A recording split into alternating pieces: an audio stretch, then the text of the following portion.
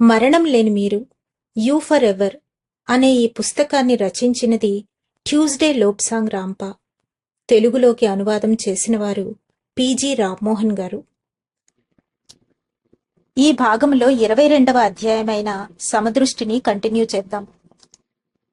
ఏ కోరికైనా తీర్చుకోగల శక్తి దురదృష్టవశాత్తు అందరికీ ఉంది. కొన్ని ప్రకృతి ధర్మాలను అంటే రహస్య విధులను మీరు సులభంగా ఆచరించడానికి వీలైన కొన్ని సూత్రాలను పాటిస్తే మీకు విజయము, సంపద కూడా లభిస్తాయి. ఈ పాఠ్యాంశాలన్నింటి ద్వారా ఈ గూఢ విద్యలన్నింటిలోనూ అంతర్లీనంగా అల్లుకుని కొన్ని హేతుబద్ధమైన సిద్ధాంతాలు, నియమాలు ఉంటాయని, నిజానికి గూఢ విద్యలంటే సాధారణంగా మనకు తెలియని విషయాలేనని, మర్మాలు ఏవి ఇందులో లేవని నిరూపించే ప్రయత్నాన్నే మేము చేశాము. ఈ ఆశయంతోనే మీ కోరికలు తీరేందుకు మీరేం చేయాలో ఇప్పుడు చెబుతున్నాము. కోరికలు తీరే పద్ధతి అంటే మా ఉద్దేశంలో ఆధ్యాత్మిక అభివృద్ధిని సాధించాలని మనం చేసుకునే సంకల్పాలు అని అర్థం. పై జన్మలో మన ఆధ్యాత్మిక సంపదను పెంచుకునే కోరికలు అని అర్థం. 10 లక్షలు 20 లక్షలు సంపాదిస్తే బాగానే ఉంటుంది, నిజమే, ఆ మాటను ఒప్పుకుంటాం. కానీ ఇంకొక జన్మకు పనికి రాలేని ఈ లక్షలన్నీ మనల్ని పట్టి బంధించి ఉంచే ఉచ్చులుగా మనం భావించాల్సి ఉంటుంది. ఈ భూలోక వాసం అశాశ్వతమైనది. ఇంకొక జన్మలో మన జ్ఞాన సంపదను పెంచే కార్యాలనే ఇక్కడ మనం నిర్వర్తించాలనే మా ఉద్దేశాన్ని మీరు గ్రహించాలి. కాబట్టి ఆధ్యాత్మిక అభివృద్ధిని సాధించడమే మన ఆకాంక్షగా ఉండాలి. ఏ వినయం వల్ల మనం ఉన్నతి సాధిస్తామో ఆ వినయాన్ని, నమ్రతను, అతి వినయం ఏది కాదో దాన్ని మనము అలవరుచుకోవాలి. విశ్వమంతా చైతన్యంతో నిండి ఉంది. జీవమంతా ప్రకంపనే. మృత్యువులో కూడా ప్రకంపనాలే ఉంటాయి. మృత్యువు వల్ల నశిస్తున్న కణాలన్నీ నిరంతరము అనేక సమ్మిశ్రణాలుగా రూపాంతరం చెందుతూనే ఉన్నాయి. బిగించి కట్టబడి ఉన్న ఓ పగ్గం మీద మన నడక స్థిరంగా ఉండే అవకాశం లేదు. ఈ తాటి మీద నడక నిలకడగా ఉండదు. ముందుకైనా వెళ్ళిపోతూ ఉండాలి, వెనక్కైనా వచ్చేయాలి. ఈ 2 పద్ధతులే తప్ప ఒకే చోట నిశ్చలంగా నిలబడి ఉండడం మాత్రం అసాధ్యం. మనం మన ప్రయత్నాల్ని ఆధ్యాత్మికంగా ముందుకు వెళ్ళడానికే చెయ్యాలి. కరుణ, సానుభూతులు మనకు ఎక్కడ వృద్ధి చెందుతూ ఉంటాయో ఆ చోటుకే వెళ్ళాలి. సరే, ఇక మీ కోరికలు ఎలా తీరుతాయో ఆ పద్ధతి గురించి వినండి. మన మనస్సుకు పనిచేసే అవకాశాన్ని కలిగిస్తే మనము దేన్ని కోరుకుంటామో దాన్నే మనకు మన మనస్సు అందిస్తుంది.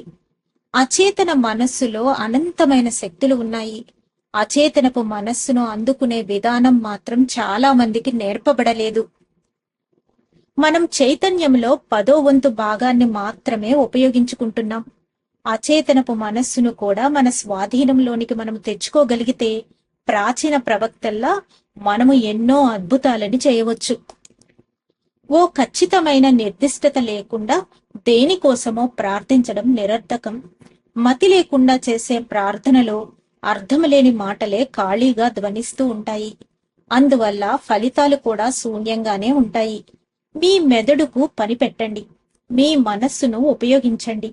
మీ అచేతన మనస్సును మీ అదుపులోనికి తెచ్చుకుని దాని సర్వశక్తులను వినియోగంలోనికి తెచ్చుకోండి. కానీ అతిక్రమించకూడని కొన్ని నిబంధనలను మాత్రం అవశ్యంగా పాటించి తీరాలి. మొట్టమొదటిగా మీ కోరిక ఏమిటో స్పష్టంగా నిర్ణయించుకోండి. మీ కోరిక ఏమిటో మీకు ఖచ్చితంగా తెలిసి ఉండాలి. మీకు ఏం కావాలో అడిగి తీరాలి. మీ కోరిక స్వరూపం మీకు కనిపించి తీరాలి. మీకు ఏం కావాలి? బోలెడు డబ్బు కావాలని అడిగితే కుదరదు. కొత్త కారో, కొత్త మొగుడో, పెళ్ళామో కావాలని అడిగితే కుదరదు. మీ కోరిక ఏమిటో స్పష్టంగా నిర్ణయించి అడగాలి. మీ ఆలోచనలో మీ కోరిక స్వరూపము మీకు స్పష్టంగా కనిపించి తీరాలి. ఆ స్వరూపాన్ని పారిపోకుండా స్థిరంగా మీ లక్ష్యంగా ఉంచుకోండి. మీరు వివేకవంతులైతే మాత్రం డబ్బును, ఐహిక వస్తువులను అభిలషించరు.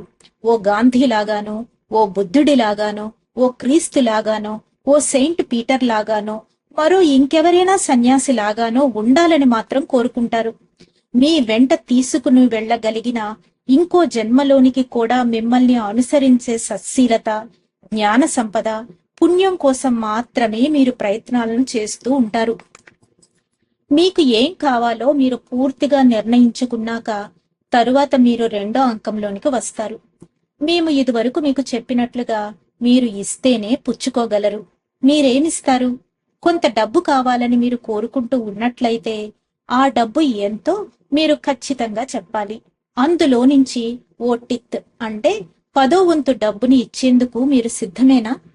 మీలాంటి మంచి స్థితిలో లేని అభాగ్యుల కోసం మీరు సహాయం చేయడానికి ఒప్పుకుంటున్నారా? సరే, నాకు 1,00,000 వస్తే 10,000 ఇస్తానులేండి అని చెప్పడం నిరర్థకం. 1,00,000 మీ చేతిలోకి వచ్చి పడకముందే మీరు కష్టాల్లో ఉంటున్న వాళ్లను ఆదుకుంటూ ఉండడాన్ని ప్రారంభించి ఉండాలి. సంతోషంతో సహాయాన్ని ఇతరులకు మీరు అందించగలుగుతున్నారంటే ఇచ్చి పుచ్చుకో అనే సూక్తి అర్థాన్ని సంపూర్ణంగా అనుభవిస్తున్నట్లే లెక్క. మళ్ళీ ఇంకొకసారి చెప్పుకుందాం. మీ కోరిక యొక్క లక్ష్యం నిర్దిష్టంగా, స్పష్టంగా ఉండి తీరాలి. ఇక 3వ అంకం గురించి తెలుసుకుందాం. మీకు ఆ కొత్త కారో, కొత్త మొగుడో, కొత్త పెళ్ళామో ఎప్పుడు కావాలి? ఎప్పుడో భవిష్యత్తులో కావాలి అని చెప్పుకోవడం కూడా నిష్ఫలం, నిరర్ధకం. అదే విధంగా వెంటనే కావాలి, ఇప్పుడే కావాలి అని చెప్పుకోవడం కూడా అవివేకమే. ఎందుకంటే ప్రకృతి ధర్మాన్ని మీరు ఉల్లంఘించకూడదు కనుక. ఏ దేవుడికి ఓ బంగారపు ఇటుకను నిరీక్షిస్తున్న మీ దోసిలిలోకి పడేలా ఇప్పుడే పడేయడం కుదిరే పని కాదు కాబట్టి. ఒకవేళ పడినా మీ చేతులతో దాన్ని పట్టుకోవడం కుదిరే పని కాదు కాబట్టి. మీ పాదాల మీద ఆ బరువు పడి కాళ్ళు చితికిపోవచ్చు బహుశా. ఇది సంభవమే. మీరు నిర్ణయించుకునే కాల పరిమితి కూడా హేతుబద్ధంగానే భౌతిక ధర్మాలకు అనుగుణంగా ఉండి తీరాలి. కాబట్టి ఫలానా సంవత్సరము, ఫలానా నెలలో మీకు ద్రవ్యం లభిస్తుందని అనుకోవడం సబబుగా ఉంటుంది. మరో 5 నిమిషాల్లో ఓ సంపద మీ చేతిలోకి వస్తుందని ఊహించడం ప్రకృతి ధర్మాలకే విరుద్ధం. మీ ఆలోచన శక్తి కూడా నిరర్ధకంగా క్షీణిస్తుంది. మీ ధ్యేయాన్ని సాధించేందుకు మీరేం చేయబోతున్నారు? ఉదాహరణ కోసం మీకు కారు కావాలని కోరుకుంటున్నారు అనుకోండి. సరే, ఇంతకు మీకు కారు డ్రైవింగ్ వచ్చా? రాకపోతే మీరు కారును కోరుకోవడంలో ఏమైనా అర్థముందా? కాబట్టి మీకు కారు కావాలని దృఢమైన కోరిక ఉంటే ముందు కారు నడపడం నేర్చుకోండి. తరువాత మీకు ఎలాంటి కారు కావాలో ఓ నిర్ణయాన్ని తీసుకోవచ్చు. అలాగే పెళ్లి కోసం మీరు తహతహలాడుతూ ఉంటే ముందుగా మీరు ఎందుకు పెళ్లి చేసుకోవాలనుకుంటున్నారో, మీ అర్హతలేమిటో, ఇచ్చిపుచ్చుకునే స్వభావం మీకు ఉందో లేదో అర్థం చేసుకోండి. సంసారంలో తగిన భాగస్వాములుగా మీరు ఉండగలరో లేదో తెలుసుకోండి. మీ వంతు పాత్రను, మీ వంతు కర్తవ్యాన్ని మీరు సక్రమంగా నిర్వర్తించగలరో లేదో గ్రహించుకోండి. ఇంకొకరిని మీరు భాగస్వామిగా చేసుకోవాలంటే వాళ్లకు మీరు తగిన భాగస్వామిగా ఉండాలి కదా. పెళ్ళంటే మీరు ఏమీ ఇవ్వకుండా అంతా లాక్కునే వ్యవస్థ కాదు. పెళ్లాడిన తరువాత మీరు ఒక వ్యక్తిగా ఉండలేరు. ఇద్దరి సంతోషాలు, ఇద్దరి కష్టాలు, ఇద్దరి సమస్యలు మీవే అవుతాయి. శారీరకంగా, మానసికంగా, ఆధ్యాత్మికంగా మీరు సరైన స్థితిలో ఉంటేనే ఇంకొకళ్ళకి మీరు చక్కటి భాగస్వాములు కాగలరు, సహజీవనం సాగించగలరు. ఇప్పుడు చివరి అంకంలోకి మనం అడుగు పెడుతున్నాం. నోటి మాట కన్నా చేతి వ్రాత చాలా గొప్పది. ఈ రెండు ఒక్క చోట్లలో కలిసి ఉంటే ఎదురులేని జంటగా ఇవి ఏర్పడి తీరుతాయి. మీకు ఏం కావాలో వ్రాయండి. ఎంత క్లుప్తంగా రాస్తే అంత మంచిది. ఎంత స్పష్టంగా వ్రాస్తే అంత మంచిది. మీకేం కావాలో మీకు తెలుసు కనుక ఆ కోరిక ఏమిటో స్పష్టంగా వ్రాయండి. మీకు ఆధ్యాత్మిక అభివృద్ధి కావాలా? ఆ విషయంలో మీకు మార్గదర్శి ఎవరు? ఆ వ్యక్తి గుణగుణాల గురించి వ్రాయండి. మీకు డబ్బు కావాలా? మీకు ఎంత కావాలో వ్రాయండి. వ్రాతపూర్వకంగా మీరు ఇంకొకరికి సహాయం చేయగలమని, 10వ వంతు దానం చేస్తామని వ్రాయండి. ఇదంతా స్పష్టంగా వ్రాసిన తరువాత చివర్లో నేను ఇస్తాను, తీసుకోవడం నాకు ప్రాప్తించవచ్చు అనే మాటను వ్రాయండి. ఆ డబ్బును సంపాదించేందుకు ఏ పనులు చేయదలుచుకున్నారో కూడా చివరలలో వ్రాయండి. ఉత్తినే కూర్చుంటే మీకు ఏదీ రాదని గ్రహించండి. తీసుకున్న ప్రతి వస్తువుకు తగిన మూల్యాన్ని ఏదో ఒక రూపంలో మనం చెల్లించాల్సి ఉంటుందని మర్చిపోకండి. ఉచితంగా ఏదీ మనకు లభించదు అని తెలుసుకోండి. అనాయాచితంగా మీకు ఒక $100 డబ్బు ప్రాప్తించిందనుకోండి. ఆ $100లకు సరిపోయే పనిని తప్పక చేయవలసి ఉంటుంది. ఇంకొకళ్ళ సహాయాన్ని మీరు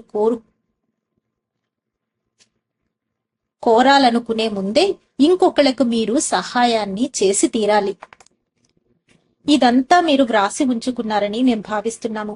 ఈ మాటలన్నింటినీ మీలో మీరే రోజుకు 3 సార్లు బిగ్గరగా చదివి వినండి. మీ గదిలో ప్రశాంతంగా ఉన్నప్పుడు మీరు గట్టిగా ఈ విషయాలను మీలో మీరే చదివితే మీకు ఎంతో శక్తి వస్తుంది. మీ పడక గదిలో నుంచి మీరు బయటకు వచ్చే ముందు ఒకసారి చదవండి. మధ్యాహ్నం లంచ్ చేస్తున్నప్పుడు ఒకసారి చదవండి. రాత్రి మీరు పడుకోబోయే ముందు 3వ సారి దాన్ని చదివి పడుకోండి. ముమ్మార్లు మీ నిశ్చయాలన్నీ ఒక మంత్రంలాగా మీకు కావలసిన కారు, డబ్బులో మీ వద్దకు వస్తున్నట్లు ఊహించండి. ఆ డబ్బో, వస్తువో మీ వద్దకు వచ్చేసినట్లు ఊహించండి. ఎంత తీవ్రంగా, స్పష్టంగా మీరు ఊహించగలిగితే అంత త్వరగా మీ కోరికలు సిద్ధిస్తాయి. ఇది పనిచేస్తే బాగున్ను, అది నాకు లభిస్తే బాగున్ను, రాదేమోనని నా అనుమానం. ఈ పద్ధతిలో మీ ఆలోచనలు సాగితే మీ మంత్రాన్ని ఈ మాటలు బలం లేకుండా చేస్తాయి. అందువల్ల మీ ఆలోచనలు ఎప్పుడూ నిర్మాణాత్మకంగానే సాగుతూ ఉండాలి.